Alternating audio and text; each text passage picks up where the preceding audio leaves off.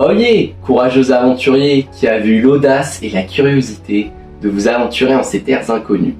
Bienvenue sur le projet Trésor de l'équipage.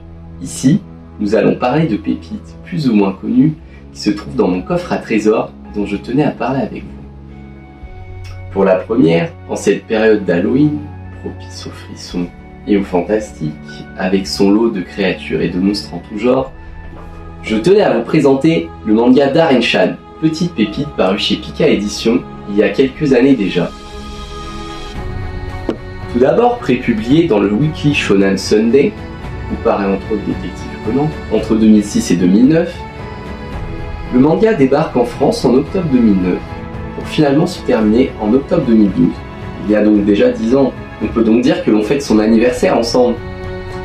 Première particularité, Darren-chan est adapté d'un roman sobrement intitulé The Saga of Darren-chan, écrit par un auteur qui s'appelle également Darren-chan et qui a malheureusement été stoppé avant la fin des 12 volumes en France, au 4 précisément.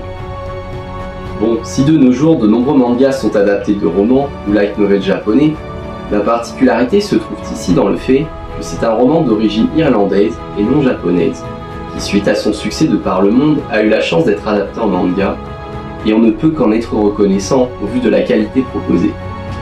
Au dessin, nous avons Takahiro Arai, dont c'est la première œuvre après avoir été nommé par Darren-chan l'auteur en personne suite à un concours.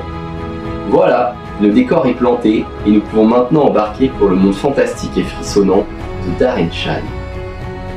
L'action se déroule en Angleterre et nous allons donc y suivre les aventures de deux garçons, le fameux Darren-chan et son meilleur ami Steve, qui partagent leur passion pour le foot et l'étrange. Darren est fan d'araignées. Quant à Steve, il a plutôt une préférence pour les monstres. Un soir, alors que Darren rentre de chez Steve en courant avec son ballon à la Olive et Tom, c'est plutôt marrant, il croise un homme étrange qui lui remet un flyer annonçant l'arrivée et la représentation prochaine du fameux cirque de l'étrange dans leur ville. Les deux garçons, poussés par leur goût pour le frisson, se sentent donc obligés d'aller voir une représentation, d'autant plus qu'en bas du flyer, une note indiquant « âme sensible, s'abstenir » semble leur promettre qu'ils vont avoir leur dose d'adrénaline. Ce qu'ils ne savent pas encore, c'est qu'en se rendant au cirque de l'étrange, leur destin va se mettre en marche et que leur vie va basculer à jamais. Ils vont en effet rentrer dans le monde des vampires. Car c'est là le thème de Darren-chan, les vampires qui hantent l'imaginaire collectif depuis des générations et ont été mis en scène à toutes les sauces, plus ou moins glorieux. Dans Darren-chan, pas d'inquiétude à avoir, je vous l'assure, les vampires sont respectés et ne tombent pas dans certains clichés malheureux que l'on a pu voir dans de nombreuses œuvres dont je tairai le nom. Mais avant d'en arriver aux vampires, tout un bestiaire est mis en avant dans ce fameux cirque de l'étrange, qui n'est autre qu'une version fantastique de ce qu'étaient les freak shows ayant tristement existé et exhibant des individus rejetés par la société à cause de particularités physiques étranges, comme par exemple les femmes à barbe, les nains ou encore les hommes nus.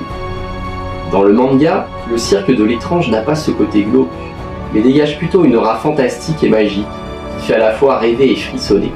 Je tiens à le préciser, car ce fameux cirque aura une place plutôt importante dans l'histoire et sera présenté comme un endroit chaleureux, comme une famille unie face aux événements tragiques qui vont se produire. Ah, j'ai dit événements tragiques! J'y reviendrai, mais sachez juste que Darren-chan, bien qu'étant un shonen, a son lot de moments sombres, et ce dès le premier tome, jusqu'au final explosif, qui m'a personnellement laissé sans voix, en passant par de nombreuses péripéties riches en émotions à travers les 4 trilogies. Car cette adaptation manga reprend les 12 volumes du roman originel, lui-même divisé en 4 trilogies, ayant chacune un thème que l'on pourrait qualifier d'initiatique, comme c'est le cas dans beaucoup de mangas.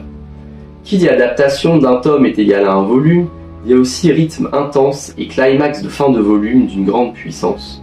Ainsi, il n'y a aucun temps mort dans chacun des volumes, et on ne peut que saluer le travail de Arai Sensei, qui a dû faire un immense travail de synthèse pour parvenir à extraire et mettre en image la quintessence de l'œuvre originelle. Imaginez par exemple ce que donnerait un volume de Harry Potter adapté en un tome de manga. Bon, déjà que beaucoup de fans ont hurlé au scandale devant les films, moi-même j'ai été déçu devant certaines des coupes qui avaient été faites, vous comprendrez un peu mieux l'ampleur de la tâche dont s'est parfaitement acquitté le dessinateur. Parlons un peu de son dessin justement, qui je trouve colle parfaitement à l'univers de l'œuvre, à la fois sombre, mais gardant une part d'innocence, comme le jeune héros qu'est Darren. Tout comme lui, le dessin évolue très clairement au fil des années et des tomes, et est pour moi d'une très grande réussite.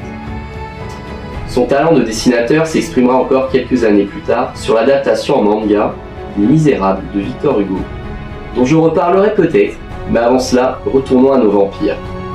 Comme je l'ai dit tout à l'heure, Darren Shan est une histoire initiatique à travers le monde des vampires. Et cette initiation ne va pas se faire sans peine, loin de là, car être un vampire dans notre époque moderne implique d'être en marge de la société, comme c'est le cas pour les artistes du cirque de l'étrange. Nous allons donc découvrir de manière très détaillée le mode de vie des vampires, ainsi que leurs coutumes, qui ne sont pas forcément les mêmes que celles qu'on a pu connaître dans certaines œuvres vampiriques. Ici par exemple, les vampires ne peuvent pas être tués par un pieu de l'ail, et ne tuent pas à ceux à qui ils sucent le sang. Cela est d'ailleurs d'une importance primordiale dans l'histoire, et sera à l'origine d'une immense guerre, la guerre des cicatrices. Pour un bon manga, il faut bien entendu de bons personnages, et sur ce point-là, aucune déception en ce qui me concerne. Tous les personnages sont très bien développés et ont tous un rôle à jouer. Aucun ne m'a agacé comme ça peut être le cas dans de nombreux shonen, où certains personnages peuvent rentrer dans des clichés et être trop stéréotypés et donc agaçants. Ici, j'ai trouvé que chaque personnage avait sa profondeur, et leur utilisation au fil des tomes peut parfois être vraiment surprenante. Je ne vous en dis pas plus. De Larten Scripsley, le vampire, à Evravon, le garçon serpent, en passant par l'énigmatique Monsieur Tiny, je pense que chacun y trouvera son compte et aura un personnage à qui s'identifier. Le scénario maintenant, rien à dire, c'est très très bon. Je n'ai repéré aucune incohérence, au contraire même tout s'explique et trouve un sens dans une fin comme j'en ai rarement vu dans un manga. Ah, c'est vraiment une fin surprenante. C'est dur pour moi de ne pas en parler. Mais j'espère vraiment pouvoir échanger avec vous là-dessus. Car cette fin, on pourrait dire que c'est une masterclass. Rien n'a été laissé au hasard. Finalement, bien que le dessinateur ait dû faire des coupes dans le scénario, ça ne se ressent pas du tout et le manga se suffit à lui-même. On n'est jamais perdu avec le sentiment désagréable d'avoir loupé quelque chose. Ça tombe bien, car finalement la version la plus complète que nous ayons en France est celle du manga. Un film est également sorti, intitulé L'assistant du vampire, mais ne couvre que la première trilogie. L'édition de Pika, elle, est impeccable, les couvertures sont très belles, avec un effet satiné, et chaque trilogie est designée avec les mêmes couleurs noires, vert et rouge, qui rentrent très bien dans la bibliothèque.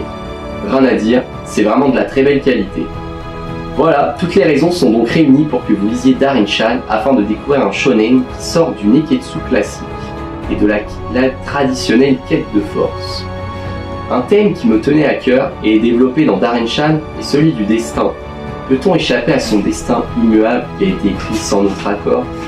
Je trouve que ce genre de thème nous plonge profondément dans des questions existentielles sur notre place d'être vivant dans l'univers. Sommes-nous simplement des marionnettes manipulées par des forces nous dépassant, ou avons-nous notre mot à dire en utilisant notre libre arbitre? Darren Shan a le mérite de proposer une réflexion sur cette question, et le fait de la plus belle des manières, dans une fin saisissante, qui je pense ne peut laisser personne de marbre.